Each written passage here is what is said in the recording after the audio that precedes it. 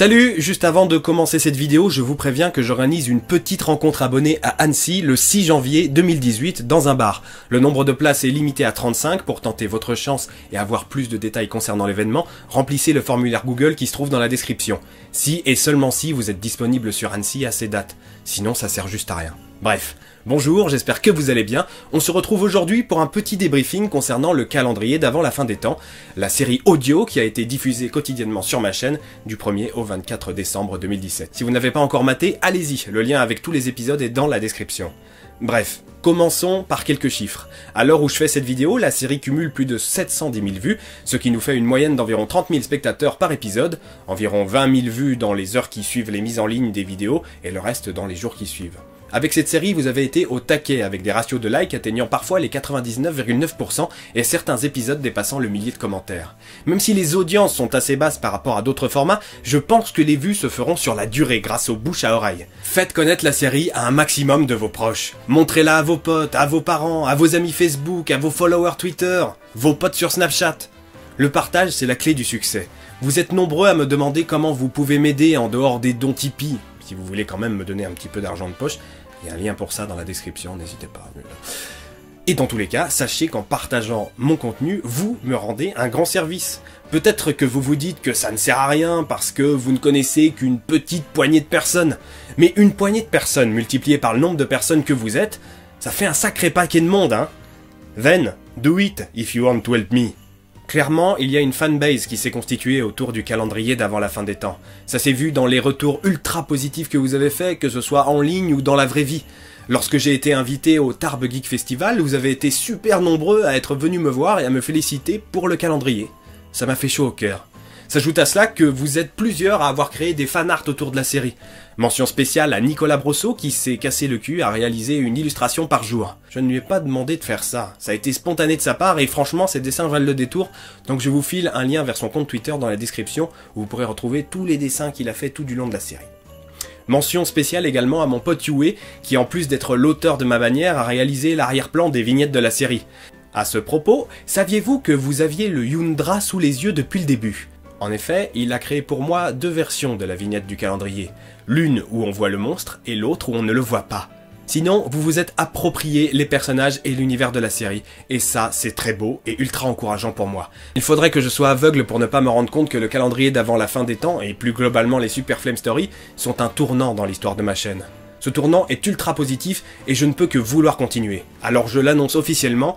Vous allez continuer à entendre parler d'Andrew Bennett et de son étrange porte. Et ce ne sera pas que sur ma chaîne, je l'espère. Je vais mettre en chantier plusieurs projets autour de l'univers, mais je ne vous en dis pas plus pour ne pas vous décevoir si ça ne se fait pas ou si ça foire. Le seul truc que je peux vous dire, c'est que j'essaie à l'heure actuelle de faire publier le calendrier d'avant la fin des temps. J'ai pris contact avec plusieurs maisons d'édition, mais je n'ai pas encore de réponse pour le moment. Certains me demanderont pourquoi je veux publier ce truc. Eh bien c'est parce que le calendrier n'a pas été conçu comme une série audio, mais comme un roman. Je n'ai fait que vous raconter chaque jour un chapitre de cette œuvre. Bien entendu, j'ai su jouer d'un de mes principaux atouts, ma voix extrêmement malléable, pour incarner les personnages qui ont fait le succès de la série. Mais ça n'en est pas moins, à la base, un roman que j'espère réussir à publier et distribuer massivement. D'ailleurs, dans la version papier, si elle existe un jour, je compte rajouter un 25e chapitre. Certains m'ont demandé comment j'ai procédé pour réaliser le calendrier d'avant la fin des temps, alors je vous résume les grandes lignes. Les premiers Super Flame Story, vous ne croirez pas à cette histoire, l'enfant qui tuait sans le vouloir, etc. Tout ça, ça a plutôt bien marché. Du coup, je me suis dit, pourquoi ne pas tenter de réaliser une histoire un peu plus fat?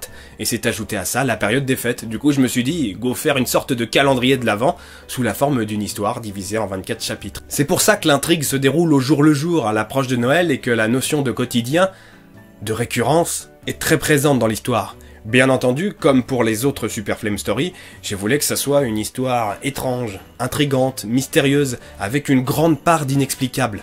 C'est ce qui m'a donné l'idée de mélanger polar et fantastique. Quasiment immédiatement, j'ai voulu que l'histoire intègre le personnage d'Andrew Bennett, dont on peut voir une ébauche de développement dans mon Super Flame Story intitulé La Porte de l'étrange. Déjà parce que je voulais faire un clin d'œil à cette histoire, et en plus de ça, parce que j'étais persuadé qu'il y avait moyen de faire un truc cool avec le délire autour de la porte, et ça n'a pas manqué. Mais ce que je voulais surtout, c'était amener le personnage de manière très classe et subtile. C'est pour ça qu'on commence véritablement à le cerner vers le milieu de l'histoire. Même si l'inspecteur Bloom est le personnage principal, principal de cette dernière.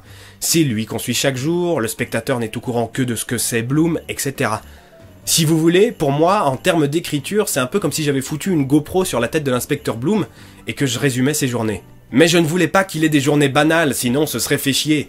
C'est pour ça qu'il est confronté à une affaire de ouf et qu'on voit qu'il croise de plus en plus la route d'Andrew Bennett. Bennett incarne un peu le rêve, c'est le mystère. C'est le genre de mec qu'on voudrait rencontrer dans la vraie vie. Je pense que c'est ce qui explique en partie le succès de la série. Bref, assez de théorie, passons à la pratique.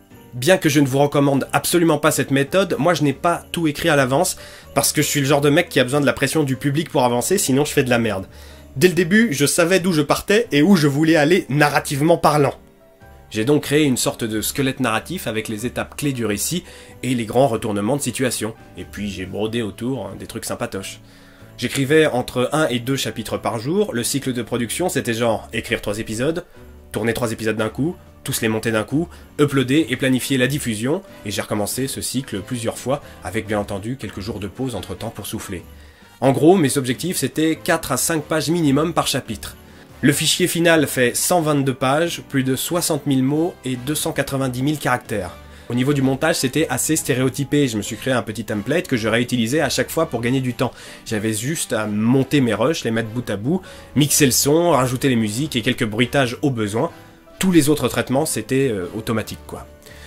Tout ça, ça m'a pris un bon gros mois de taf et ce mois, je vous l'ai donné et je suis heureux qu'il vous ait plu. Je vous embrasse et on se revoit bientôt pour de nouvelles aventures. Ciao. Abonne-toi et ajoute-moi sur les réseaux sociaux. Oh, et n'oublie pas le pouce bleu et le petit commentaire, ça fait du bien.